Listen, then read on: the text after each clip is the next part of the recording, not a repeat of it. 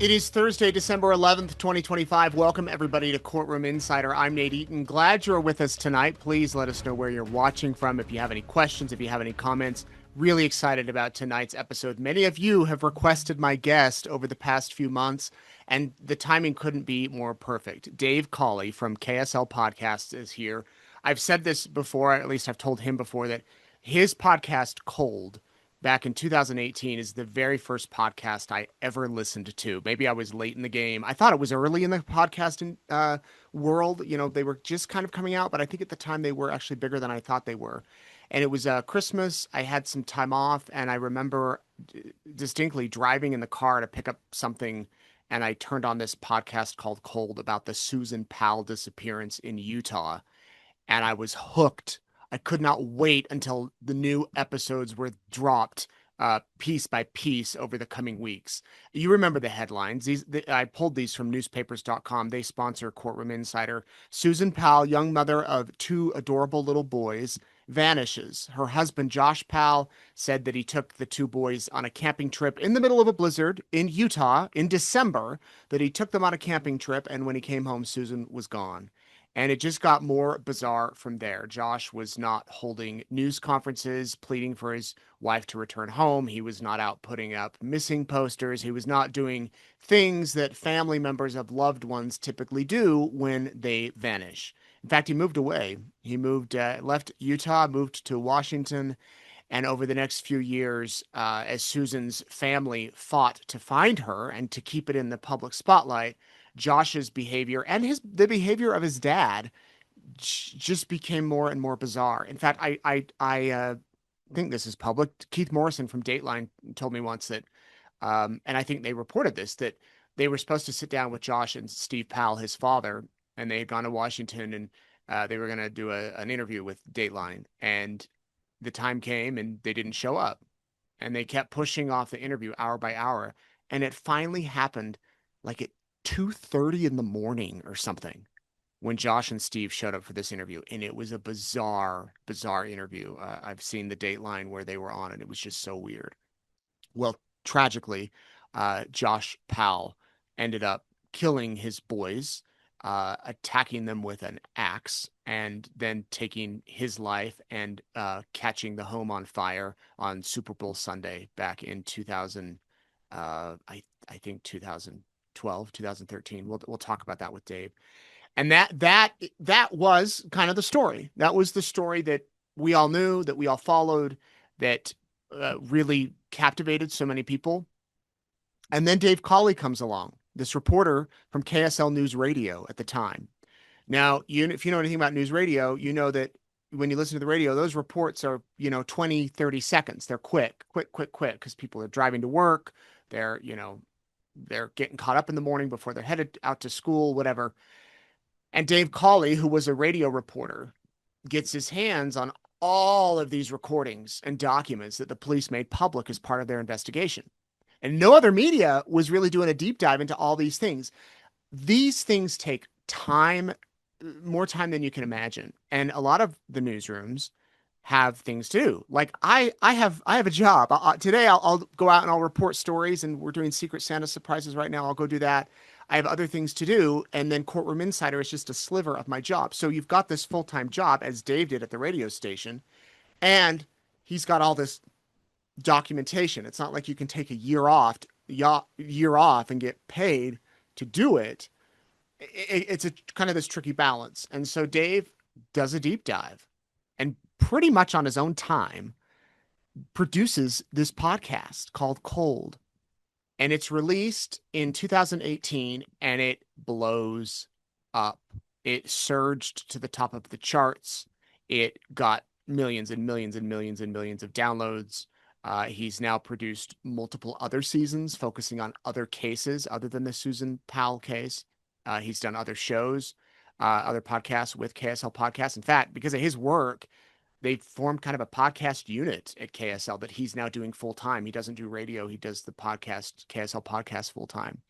And his work is just remarkable. He knows how to tell a story without a doubt. He knows how to really pull you in and talk about the the humans, the people with feelings and emotions and families and loved ones behind all of this, all of these things that we often, sometimes far too often, as journalists forget.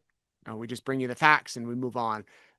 Dave is able to really pull us into these stories. And so tonight we're going to talk about the Susan Powell case. It was actually this month, December of 2009, when she disappeared. So it's been 16 years, and some of the other projects that Dave is working on. So here is my interview with Dave Cawley. And joining me now, Dave Cawley from KSL Podcasts, who has done incredible work on the Susan Powell case. I can't believe it, Dave, and maybe I'd love to hear your thoughts about the fact that it's been how many years now? 16? 16. It's crazy. Yeah, since Susan Powell disappeared in 2009.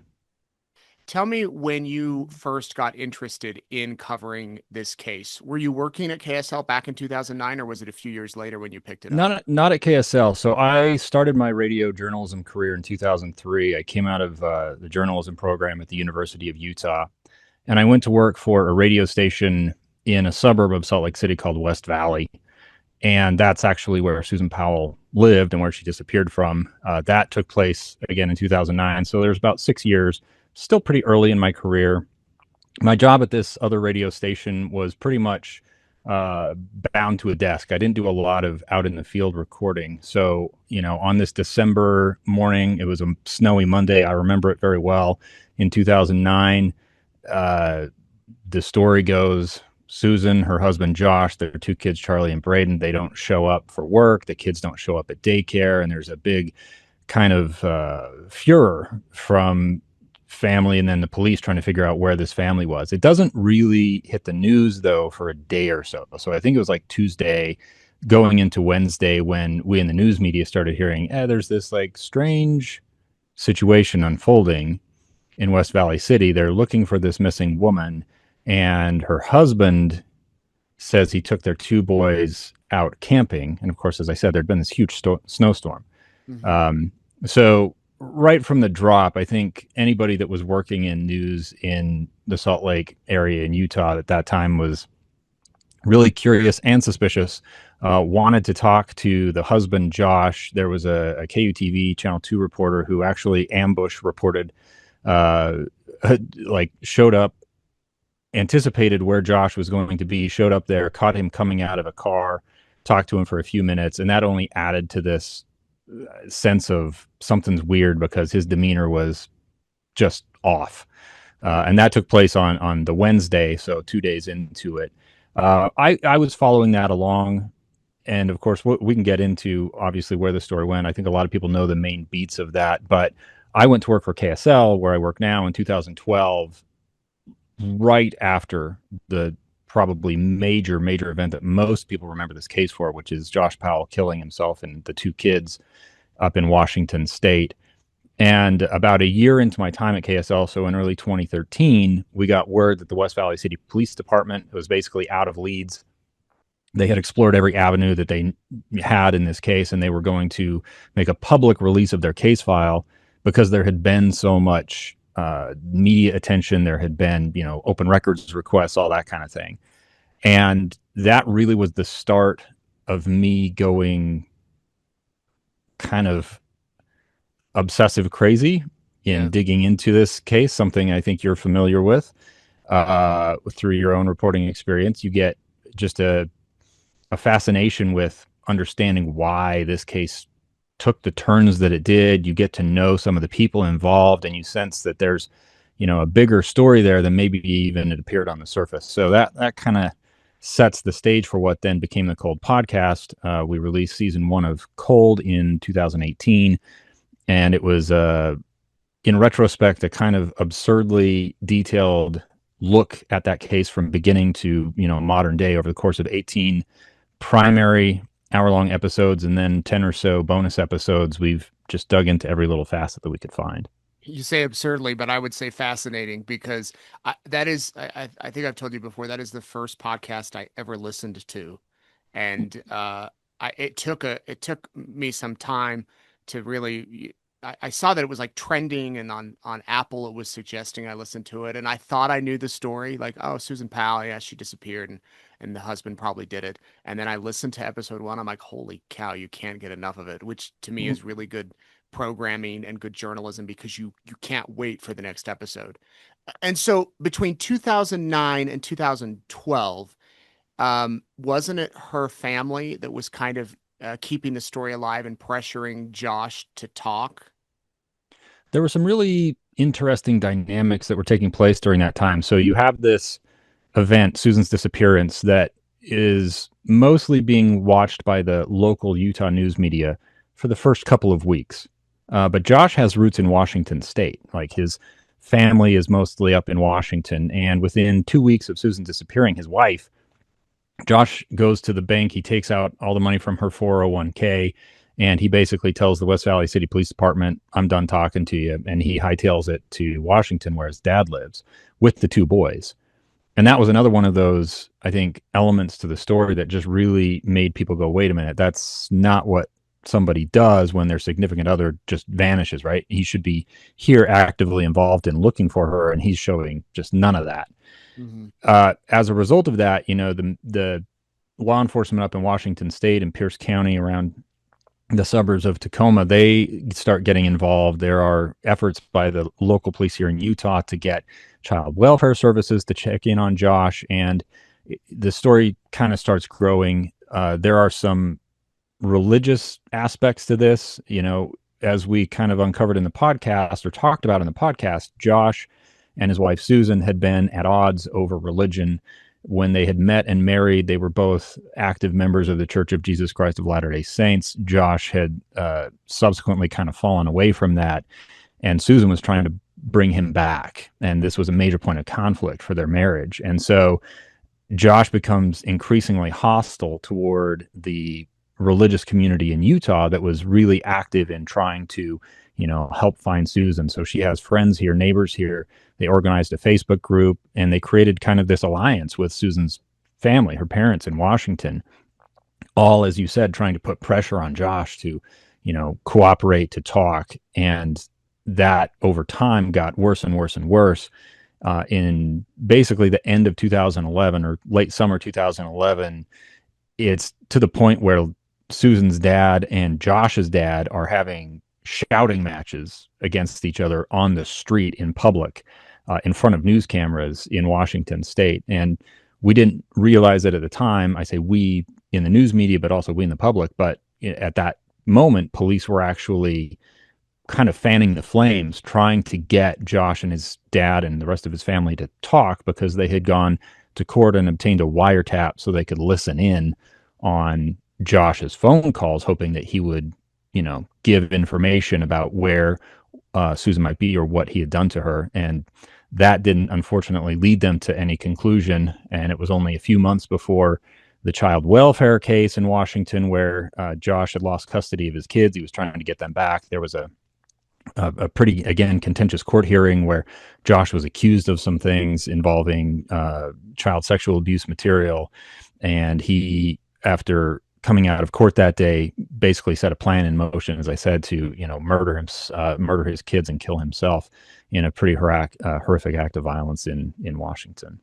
Do you think, looking back now and in your reporting and in speaking with investigators and police, that Josh could have been arrested before then? I mean, did they have enough to hold him on something? Obviously, hindsight's 2020, armchair quarterbacking, whatever you want to call it. But had he been in custody, those children might still be alive. I've heard a lot of different perspectives on that question. Susan's dad, Chuck Cox, in one of our very early conversations, he told me he believed, knowing Josh the way he did, that had the West Valley City Police Department arrested Josh at the outset, that once Josh was in jail, he would have cracked. He would have, told whatever to save his skin. I've heard other perspectives from members of law enforcement who, again, interviewed him. I mean, they interrogated Josh for hours the day after Susan came up missing. And, they describe him as being one of these people that it doesn't matter how much pressure you apply, he is not going to talk. I tend to be of the mind that Josh had he had a narcissistic streak, and I don't mean that in the kind of pop culture term. He was evaluated by a psychologist prior to the murder suicide in Washington, and they actually identified that he had narcissistic personality disorder or aspects of it. So, in his own mind, I believe he really justified and rationalized killing Susan in a way that he felt no guilt. He felt no need to absolve himself. So, no amount of pressure that you applied to him was going to get his guilty conscience to elicit some, confession. Could the kids have been saved is also a very delicate question because, very clearly one of the things that came out from the reporting in the podcast, Nate, was, Josh's dad, Steve, kept voluminous journals through this entire saga. And I'm talking all the way from when, Josh and Susan got married through their entire relationship till after the disappearance. And he ended up in prison on some other charges and was actually writing during that time too. And right from the drop, when Susan disappeared, Steve Powell, Josh's dad, was writing in his journal, well, I always thought if one of my kids was capable of murder, it was going to be Josh. And my big concern is that, if he gets his back to the wall, that he might do something to the boys, my grandsons. So very clearly there was a sense, even among Josh's inner circle, that he was capable of doing that kind of violence.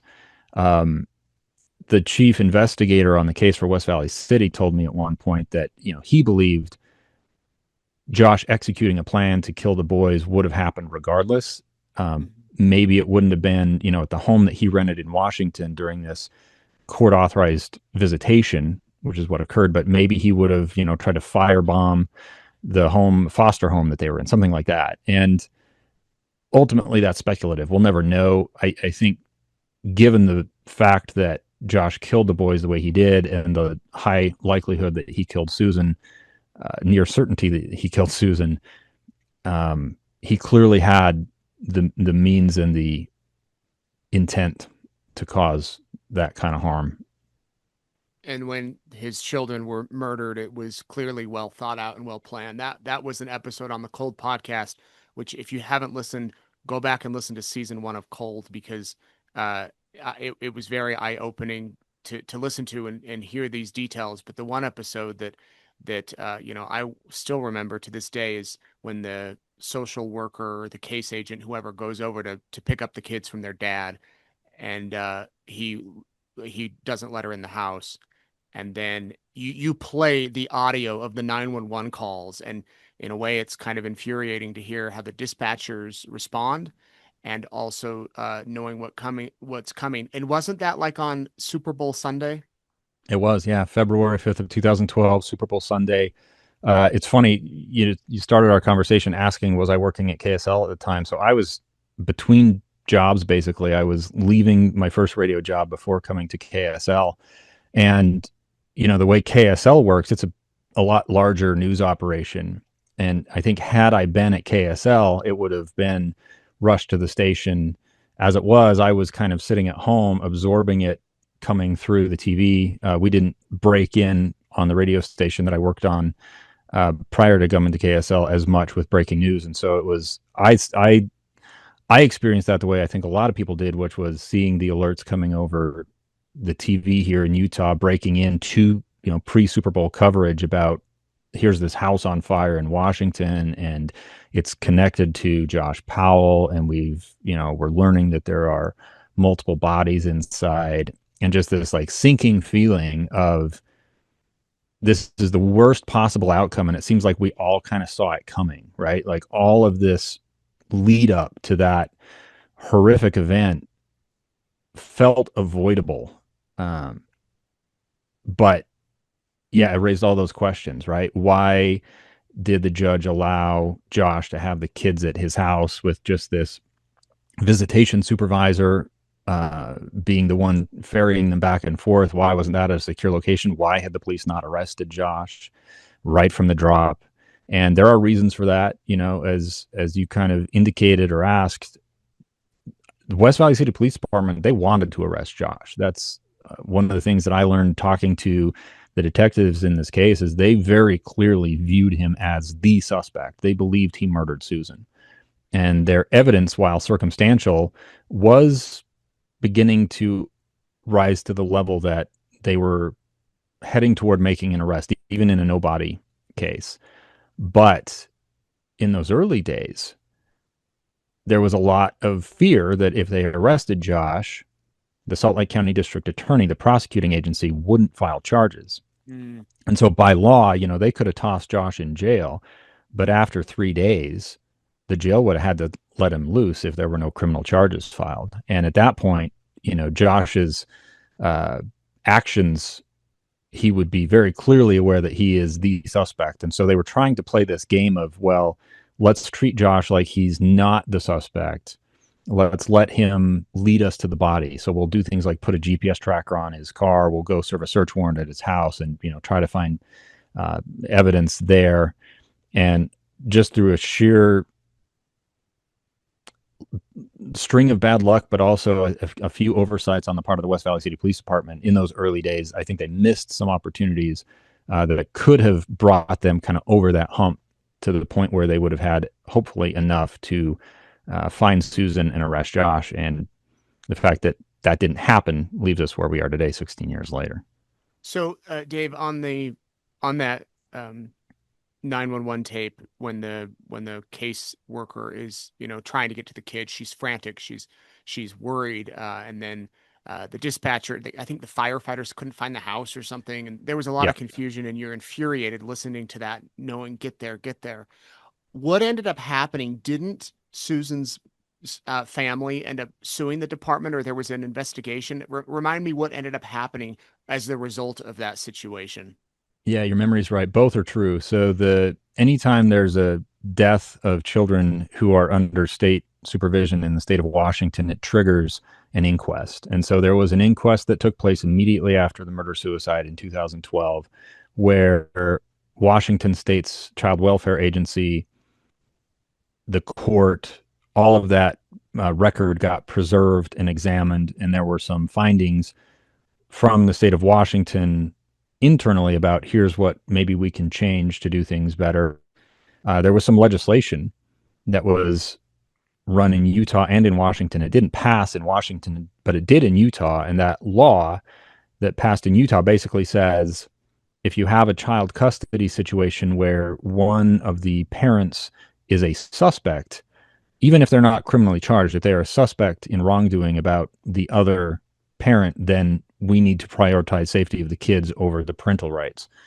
That was the tension that Washington State was dealing with. Josh had not been criminally charged. He's clearly a suspect, but he's got parental rights. And so, do you deny him those parental rights and open yourself up to a lawsuit from Josh Powell for denying him his kids? Or do you hold the kids back out of fear of safety, right? So, they're trying to make that balance. We know ultimately that Josh killed the kids. That balance wasn't properly found. And Susan's parents filed a mega millions lawsuit against the state of Washington. It took a long time to go anywhere. But in early 2020, they finally were able to bring it before a judge. I was there in Tacoma for the opening days of this trial. They wanted a jury trial. Basically, they wanted a jury to decide whether the state had been negligent in its handling of Charlie and Braden while they were under state protective custody. And a little thing called COVID happened. So, with just a few days into that trial, we all kind of went into isolation. We went home. And several weeks later, the court reconvened, but it was one of the first that I'm aware of uh, trials that was really done remotely. So all the witnesses were being beamed in over, Zoom or whatever system that the court used there. I followed it from home, as a member of the media. And ultimately, the jury, after hearing all the evidence, found in favor of Susan's parents, saying that the state of Washington had been negligent, that the deaths of Charlie and Braden were preventable, and they awarded Susan's parents roughly $100 million as a reward in that lawsuit. Wow. I think one of the most eye-opening things about this series you did is the how disgusting, I guess you could say, Josh's dad was. And you mentioned the child sex abuse material, serving time for that, for having a lot of people. That's child pornography. That's kind of the common term, but also the fact that he was kind of obsessed with Susan and like romantically attracted to her and wrote about this and saved like her hair, didn't he? Like real personal type things. Even wrote a song that's just extremely creepy. What were your thoughts when you're going through all these documents and journals and recordings discovering this? You're underplaying it. Um, his feelings were, he would call them romantic. I would call them, uh, they're disgusting. They're filthy, pornographic, Yeah. exploitative, right? So, yes, Josh's dad, Steve Powell, had I can't even put it into words. He had a fascination and attraction to Susan, and he spent years writing about it, trying to drive a wedge between Josh and Susan. Not just a song, he wrote a literal album of songs all about his desire to be in physical proximity to Susan. He, as you said, collected her hair, her underwear, feminine hygiene products. There was a period of time early in Josh and Susan's relationship where, Josh couldn't hold a job and they got kicked out of their apartment. So they were living in his house and he was doing things like, sliding a mirror under the bathroom door to peep on Susan. He was filming her without her knowledge, basically stalking her. He knew where she worked, he knew her schedule. So he would sit in his minivan with his camcorder outside her work and film her coming and going. Mm. And then he would take those videos back home and he would play them and perform sex acts by himself and then write about those sex acts in his journal. The God. process of reading through all of that material, um, it, it's caustic. It just really erodes your faith that people are inherently good. When you find out that there are guys like Steve Powell and that you may not know them from your neighbor. Mm. Um, he died in 2018 as I was in the process of reporting the story. He had, as I said, served time in prison. He was out. I was trying to find him to talk to him. And the day that I found out that he died, I remember feeling this immense sense of relief Mm. that um, I wasn't going to have to, as a journalist, in the interest of fairness, sit there and listen to him besmirch Susan, tell a bunch of lies about her, stuff that I knew was just frankly untrue. Right. Um, and that's a strange place. Like as a journalist, to think I'm relieved this person is dead. Yeah. It was a very very difficult case to cover for that reason. Um, you know, he was just Steve Powell was victimizing every woman that he came into contact with, whether it was an adult, whether it was a child. The charges that sent him to prison were involving filming and photographing underage girls, next door neighbors, through a bathroom window. And that's just the tip of the iceberg of what he was doing. And so it's been really fascinating to me on the backside of reporting the story for the Cold Podcast to talk to listeners about the behaviors that kind of come up through the reporting that some people go, oh my gosh, I've known someone like Steve Powell. Mm. Or, it's like somebody like that in my own family. And how long would he have continued doing this kind of thing had Susan not disappeared? He was capable of doing a lot of harm. Do you Yeah, think sorry, he that's a was? long answer. No, no, no, no. It's interesting to hear your take. The the speculation among many is that he was either involved in Susan's disappearance or he knew more. Do you believe that he did know, he knows where she's at? No, not at all. Josh didn't trust his dad, and you can really understand why if you go deep into the case and get to know the dynamics in this family. Josh and his dad were constantly kind of playing this power struggle game of like which one's the alpha. Mm, And Steve growing up, nothing that Josh did was ever good enough. And so Josh had all of these grandiose ideas as a teenager. He was going to have his own business, be a self-made millionaire, and kind of reading the undercurrent, a lot of it was just trying to get his dad's approval. mm, When Josh met and married Susan, suddenly he, for lack of a better term, possessed something that Steve couldn't have. And I really think that's the root of Steve's obsession with Susan, is that he was trying to take something of value away from Josh.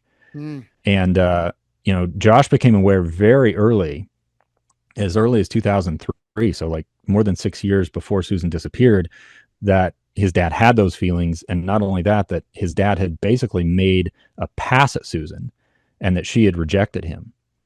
And it kind of created this situation where Josh had to choose, who do you trust?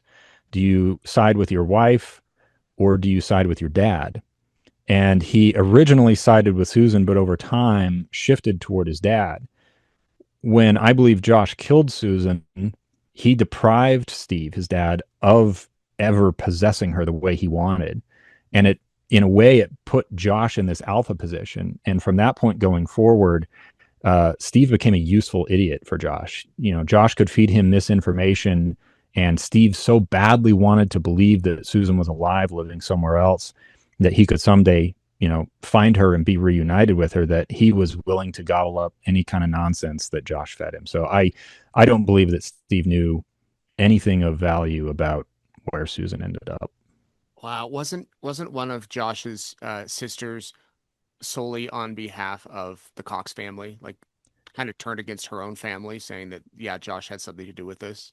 That's absolutely correct. So in Josh's family, they had three boys, two girls. You've got Josh, his brother John, his brother Michael, and then you've got sisters Jennifer and Alina. So Jennifer was the oldest, and she, from a pretty young age, when her parents split, Steve and Steve's ex-wife Terry, Jennifer sided with Terry because Steve had been abusive to the entire family, and Jennifer really kind of separated herself from her siblings and the rest of their family. She got married, she moved to Utah, she got away.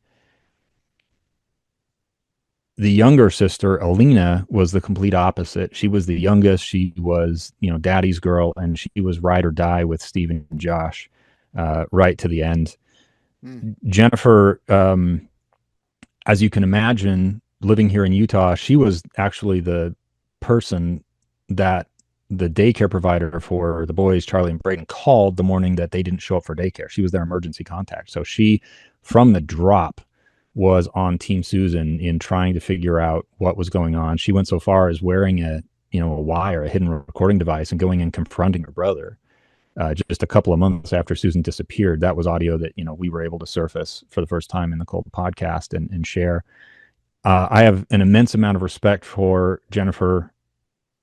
She, I think, as you can appreciate, never wanted to be thrust into the center of this international, criminal case, and to be uh, seeing her entire family, her past life dissected in the public sphere like this. And she's really retreated in recent years from a lot of that attention. And so I'm usually pretty careful to not um, invade on that, so I don't keep up with her. But yes, she was a key figure in trying to hold Josh accountable for what he likely did to Susan.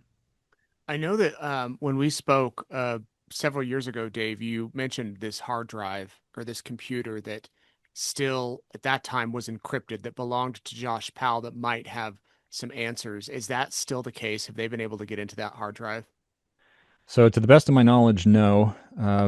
We in 2019 at the Cold Podcast published a bonus episode called Project Sunlight that was really a deep examination of the digital evidence in that case and some of the claims that were made about, whether or not Josh had possessed images of, child sexual abuse.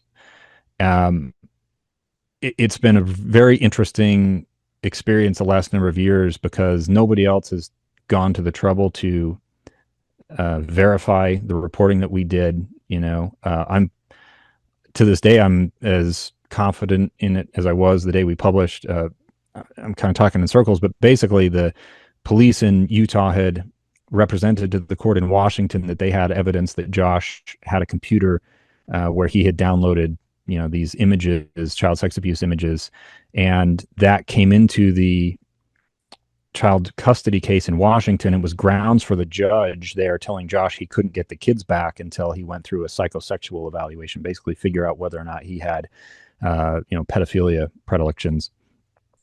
Josh wasn't going to do that. It was a catalyst toward the murder-suicide. The reporting that we did basically revealed that those images were not downloaded by Josh. Josh couldn't have had any knowledge of them. And the team that I was working with to do some of that digital forensics work at the time was also involved in trying to crack the encryption or find a way around, these password locks on a couple of different hard drives that Josh possessed. The reporting that I did ended up really ruffling some feathers on the part of a private investigator that works for Susan's parents, who, I believe feels that she was improperly represented in that podcast episode. I stand by the reporting, but the net effect of that was it basically disincentivized anybody from working on that encryption problem anymore. So to the best of my knowledge, nothing has really been done in 5 or 6 years on it. And from my review of it, I am highly skeptical that realistically we'll ever see that broken. Josh was smart enough to use, I think, long, complex passwords, kind of if you today like randomly generate a long password, that's what he was doing. So you're not going to find it by, picking the name of his first pet and his whatever, right? He kept a password manager that we haven't been able to break into. I still think that is maybe someday an option, but realistically, unless somebody has a couple $1 million that they want to throw at spinning up a password crack that can run for the next 1,000, 2,000, 100,000 years, we're probably not going to get there. Not going to get in there. So when you got all this, Dave, I want to ask you on the journalism, on the journalist side. At the time, podcasts, I don't think were as huge as they are now. I don't think the true crime genre was as huge as it was now. How did you decide, I really got to go in depth with this and turn it into a podcast rather than a quick 30-second blip on the radio?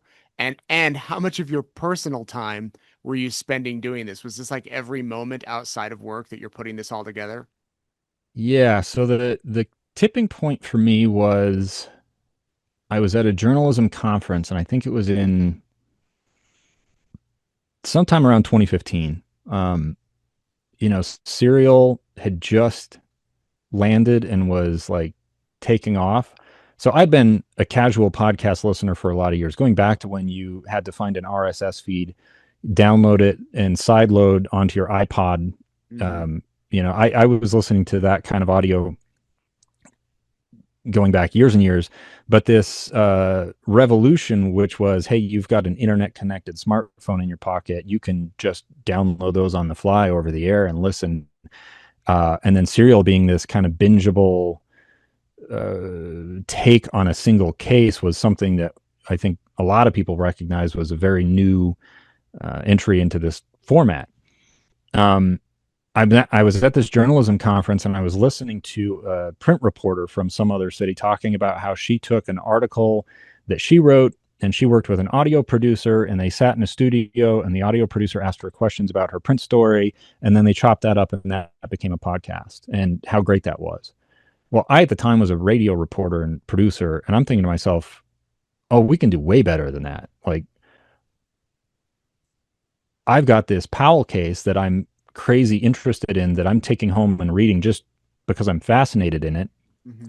And I'm finding out that we have all of these recordings of the police interviews with Josh, of, you know, Jennifer, his sister, wearing this hidden wire, uh, all kinds of crazy audio that if I weave that into the narrative is really going to kind of be immersive for the listener. And so I made a pitch to my boss, my news director at the time of, you know, what if we did something crazy and we do a real deep dive podcast on the Susan Powell investigation? My boss was like, yes, but we don't have the ability to give you the time to work on it because you've got, you know, a full-time job. Yeah.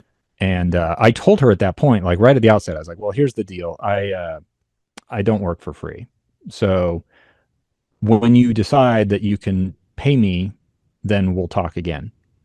And that lasted maybe a month before I'm sitting at home, you know, after work thinking, I really, I, I, I'm just too curious. Like I've got to be Right. back into this thing. So then it's like, yeah, reading, taking the notes, identifying what other recordings, what other documents can we chase, who can I talk to, starting to try to build some of those relationships. And that took, that took the better part of 2-3 years to even just get I'd say the ground level knowledge of the case to start building that podcast out. By the time we launched in 2018, I would disagree with you. I'd say podcasts were very much kind of in their heyday at that point.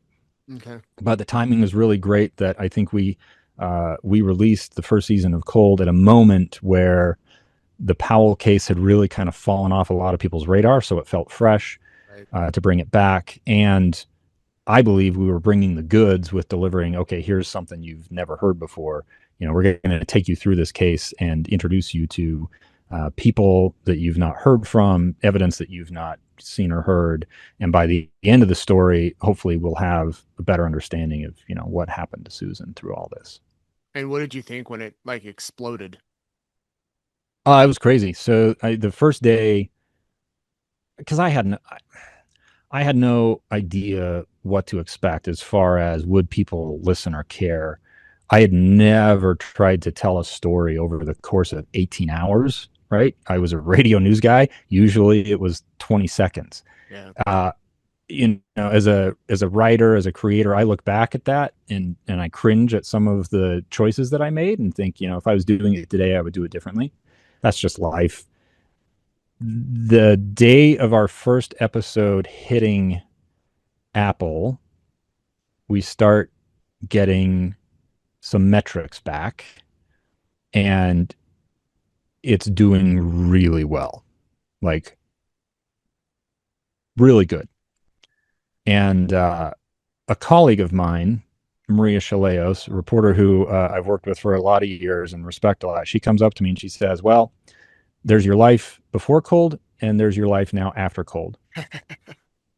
And she was exactly right. That experience changed my life. It changed the trajectory of my career.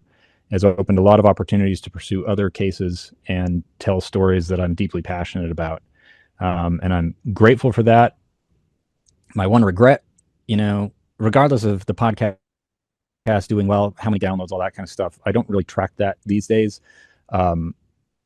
What I kind of measure for myself, Nate, is, you know, who has it helped?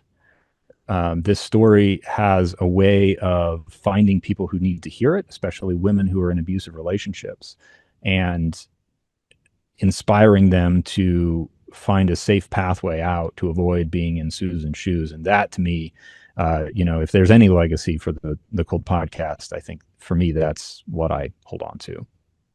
Yeah, that's amazing. And for those of you that have only heard the first season, as Dave mentioned, there's other cases he's covered. Can you kind of give us a brief overview of the other seasons that have come since 2018? Yeah. So season 2 of Cold, we faced kind of this choice of, the Powell case was already somewhat known or fairly widely known, I would say, when we launched that podcast. So there's an instant, oh, I remember that case that helps you get into it. For season 2, we chose a very overlooked story, in my opinion, and this was the 1985 disappearance of a woman named Joyce Yost. She was followed home one night by a man she had never met. He assaulted her in her own car in her own driveway, ended up abducting her, sexually assaulting her, and she managed to talk him into releasing her with a promise that she not tell the police what he had done. She did, and then before that case went to trial, he came back and murdered her, and her body's never been found. That man, Doug Lovell, has been in prison ever since 1986. He has twice been sentenced to death, and he has twice had his death sentence overturned in the courts. And so it's an ongoing case, one that we continue to follow. Season 3 is about a woman named Sheree Warren. A similar time and place, 1985 in Ogden, Utah. She's going through a divorce from her husband, Chuck Warren. She's dating a man named Kerry Hartman. And so when she disappears after leaving work one day, the question is, is it the ex-husband, kind of the Josh Powell figure who looks really suspicious, or is it this other guy on the side? And the investigators over the course of the first year and a half, 2 years, discover that the boyfriend, Kerry Hartman,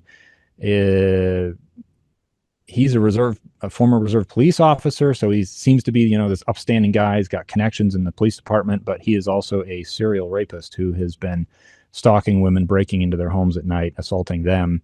He ended up in prison for 30 years. He got out in 2020. I confronted him, and as a result, story for another day, he's back in prison for violating his parole in that case. We've done some other spinoffs in bonus episodes. One that I'm really passionate about is the 1975 disappearance of Nancy Baird. She was long considered to be a victim of Ted Bundy, and our reporting showed that's just frankly not true. So, there's a lot of time and effort that we poured into other cases beyond the Powell case. For anyone that's listened to Cold Season 1 and doesn't realize, go back to that feed. You might find something else that you'd like to listen to. And separate from Cold, if you are interested in Dave's storytelling, his most recent project took him to Australia, right? And New Zealand, yeah. And yeah. Up in the mountains. So we launched a podcast a little earlier this year called Uinta Triangle. Uinta Triangle follows the story of a man named Eric Robinson, an Australian who came to the United States to do a solo trek across a mountain range called the Uintas. Eric started on a 10-day journey. He didn't make it to the end of the trail. And the podcast tells the story of the search for Eric and his wife, Marilyn Koolstra's, really, I would say, kind of journey internationally, involved in that search and what's happened in the years afterward. You get to meet and spend time with Marilyn, who is just a wonderful human being. It ends in a way that is both tragic and also uplifting. So I don't want to spoil it, but I'm really proud of that story, and I hope people give it a shot. Dave, before we go, anything new on Susan Powell, and do you think she will ever be found? So you and I have had a conversation before, Nate, about what I view as the last good lead in the case. And that is, in the days after Susan disappeared, so she disappeared on Monday, or was reported missing on Monday, Tuesday night into Wednesday, Josh Powell, he's gone for 18 hours in a rental car. Nobody knows where he is. To this day, we don't know where Josh went.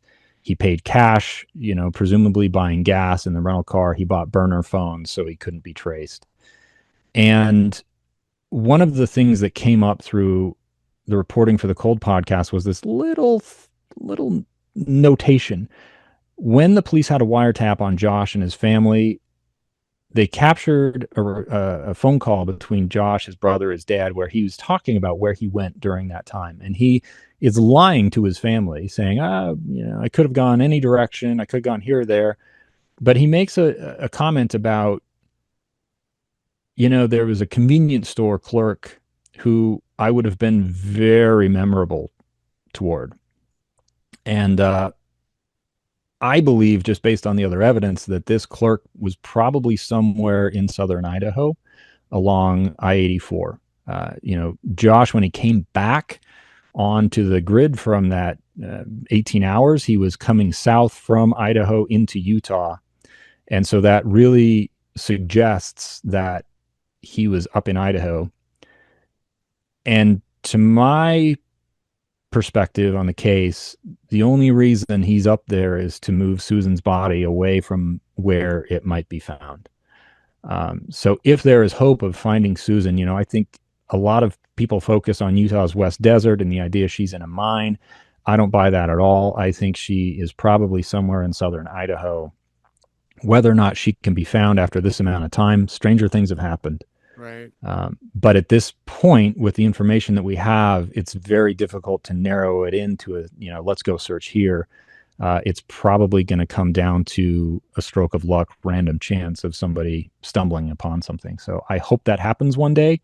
But I have no way to predict whether that could or could not happen. Yeah. Well, I think we all hope for that. And we hope that you're going to be the guy that breaks the story when it does I happen. mean, it's funny, Nate, you've been through this experience as well of following a case that it falls in your lap. You don't expect to become the guy known for this case. Yeah. But over time, you feel a sense of responsibility, right? You've invested so much into reporting the case. The people that you've interviewed have invested trust in you. Your audience has invested trust in you. I feel that very deeply with the Powell case, and I intend to continue playing that role, as long as I maintain that trust with folks. Go check out Cold. Go check out Uinta. Go check out all the podcasts. You can go to KSL Podcasts. Is it KSLpodcast.com? Is that the website, Dave? KSLpodcast.com. Yeah, you got it. And are you on social media? Where can people find you? Oh, I'm places. I'm less active these days than I used to be, but definitely, Instagram is at Dave_Cawley, Cawley. Follow the shows at the Cold Podcast and at Uinta Triangle is a really great way to interact with me and kind of talk about those shows. Thank you very much, Dave. Big thanks to Dave. I know many of you are saying, why didn't you talk for another hour? He had things to do. He's a busy guy, but we'll hopefully have him on again. And I appreciate all that he shared with us. And you got to check out the podcast if you haven't heard it.